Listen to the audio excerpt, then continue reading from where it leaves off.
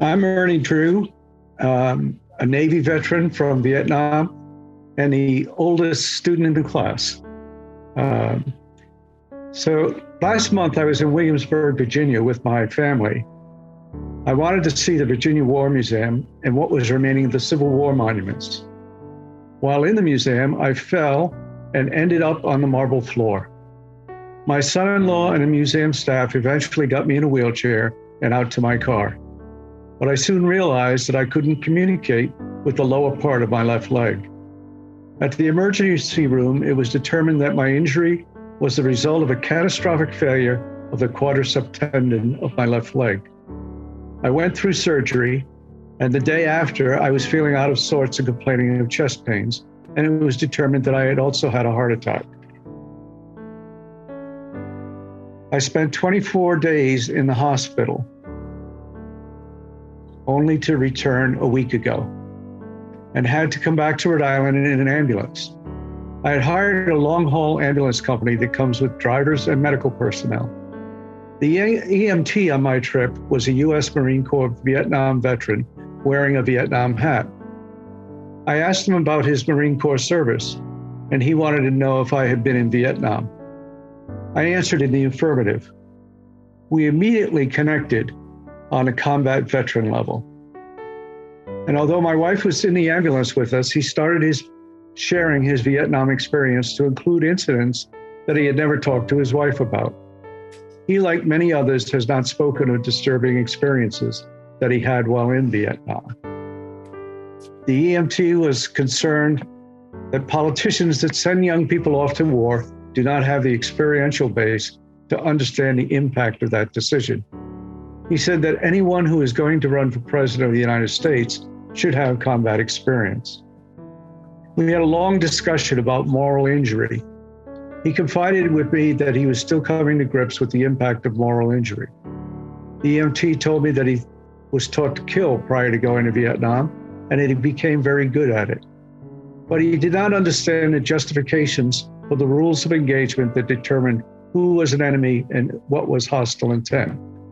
Some actions he took based on ROE that he and his superiors made still haunt him. When his tour of duty ended, there was no discussion about the use of deadly force in the American society. He knew where to turn in his weapon, but didn't know how to mitigate what he had learned through training and experience. Because of his skill set, 20 plus police departments would offer him a job. He left Vietnam and came home and eventually ended up getting a college degree, becoming an emergency room technician and an EMT. I found it interesting that he had spent a lot of effort and time in order to be able to help other people. The EMT told me that he had given up on the VA and its ability to help him. He had a strong work ethic and didn't want to be declared disabled or given a label. He told me the best advice he was given while he was in Vietnam was from a gunny sergeant who told him to go home and suck it up.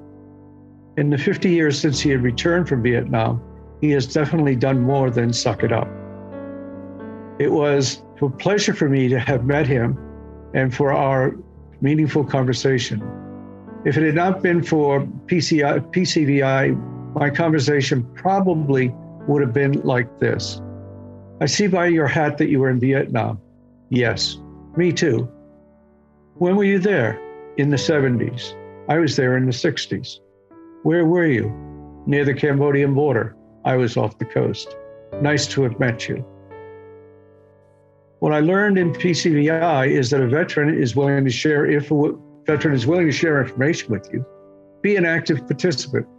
Conversations with veterans do not have to be at the polite level, but can be at a very meaningful level. Much of the course material covered ground wars of various conflicts. Being in the Navy and naval aviation, much of my experience had been distant from the troops on the ground. My understanding of the ground war was developed through the class discussion. The EMT's concerns and questions about the Vietnam War and his participation very much mirrored the discussions that we had had in class. My trip in the ambulance served its purpose of getting me from Williamsburg, Virginia to Providence, Rhode Island. My story is not over yet. It has been 5 weeks since I fell, my leg is still in an immobilizer, and physical therapy will be ongoing throughout the summer. I will recover. I will also not forget the meaningful conversation that I had with a Vietnam vet EMT. Sometimes these conversations are not easy to engage with, but if you ever find yourself amid one and a veteran is opening up about their experiences, I have one important piece of advice. Listen, engage, and be empathetic.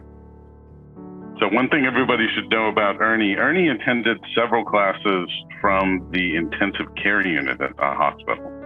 I have never had a class where someone had to turn off their camera in order to have their vital signs checked. So if that gives you any indication of the group of people we're talking about here, you're about to find out. So thank you very much, Ernie.